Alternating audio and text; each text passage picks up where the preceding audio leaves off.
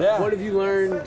What's changed for you now heading into this season when you look back a year ago at this time heading into your first season? Well, certainly, I think you know your opponents a little bit better in the league, but more than anything, you know your own team better. I think you find out so much about your players that you couldn't find out in practice when you have live competition. That it's a learning experience for everybody. And I think our players understand what we want to do and how we go about doing our business as well.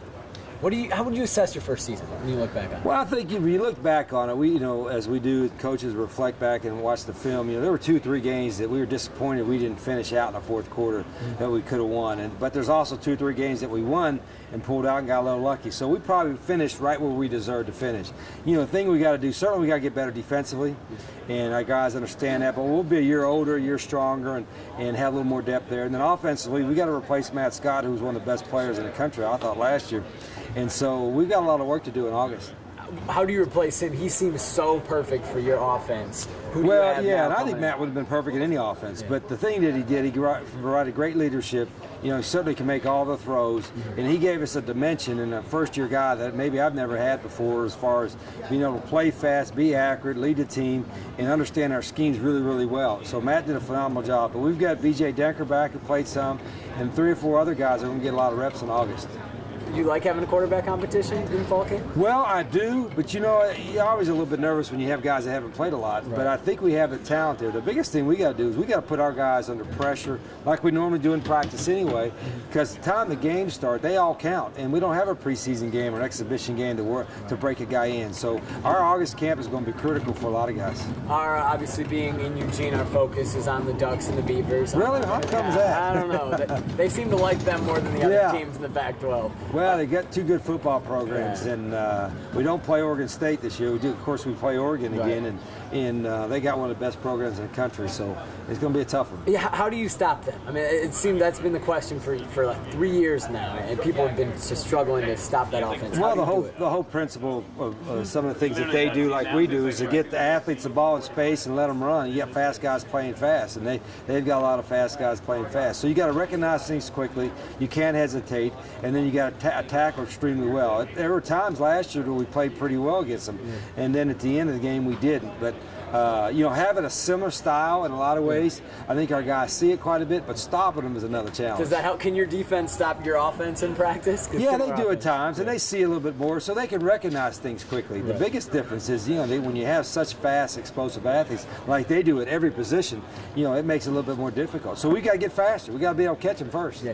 In the South, how do you assess your guys' position in the Pac-12 South? Well, every year we're gonna compete for the South Division Championship and compete to play in the Rose Bowl. I mean, if that's not our goal, then we're messed up. So I think our guys understand that, and again, we know our South competition pretty well. But this league, and not just in the South but in the North as well, is probably as deep as maybe as it's ever been, and it's going to keep getting better. So we got a lot of challenges. How's it been in Tucson for you personally? What's the reception been like? It's been great. I think I've said this many times that I think one of the keys to our transition being so smooth and setting the right track, I think, is because there's been 100% buy-in.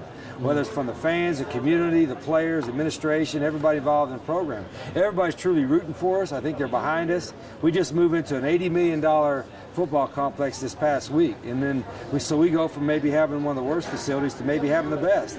And so the commitment is there, the excitement is there, and I'm happy to be part of it. What's the best part of the new facility? Well, to me, it's probably the cafeteria because I like to eat.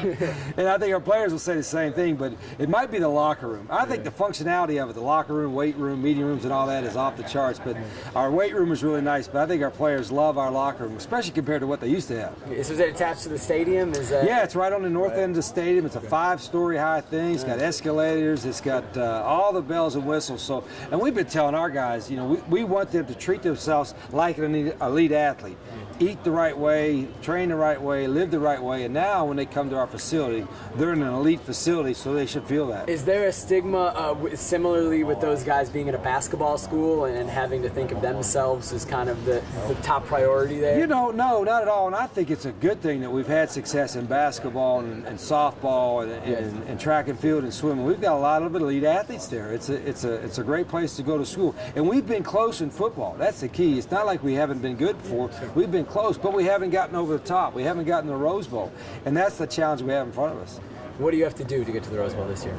Well, we got to win some close games, particularly in the fourth quarter. We got to play better defensively, and then we got to have the same kind of execution, production offensively that we had last year with Matt Scott. Yeah, I know a couple of your players have joined the lawsuit against EA Sports and the NCAA. What are your thoughts on that? That's not a big deal to me. I mean, you think I'm going to think about that? They're going to think about that in the fourth quarter. It's 4th and 2, trying to win the game to go to the Rose Bowl.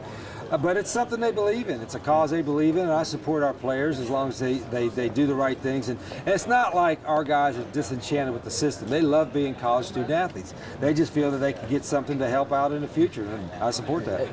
Kind of similar big picture question. A lot of changes to college football. Rules, targeting is kind of the big rule, and I know the Pac-12 is putting in rules to limit contact in practice. How do you feel about that kind of transition of college? Well, I think just every coach in our league and probably every coach in the country is already doing the limited amount of contact anyway. Just to try to save your team and all that. So the rule changes that we're going to institute in our league, I don't think is going to be any different or be any more stringent than what we're already doing. I think a targeting thing is a good thing. We got to make sure the head, particularly the crown of the head, stays out of the game. The only thing I wish they'd talk about more is you shouldn't be able to lose the crown of your helmet on any tackle, high, low, or any block. And I think that's one thing we got to look at is keeping that head, the top of the head, out of the game of football. One last question for you. A lot of talk of certain coaches saying that a fast-paced offense is also dangerous to play yourself. As a guy who runs a fast-paced offense, what do you think? I think it's silly. I think it's funny. I don't think it's a joke, but it sounds like a joke to me. I mean, what's next? You can't blitz more than 5 people because that's dangerous for the quarterback? I mean, the rules are the rules. It's just now more guys are taking advantage of them because they favor the offense. The rules favor the offense, so more people are taking advantage of it.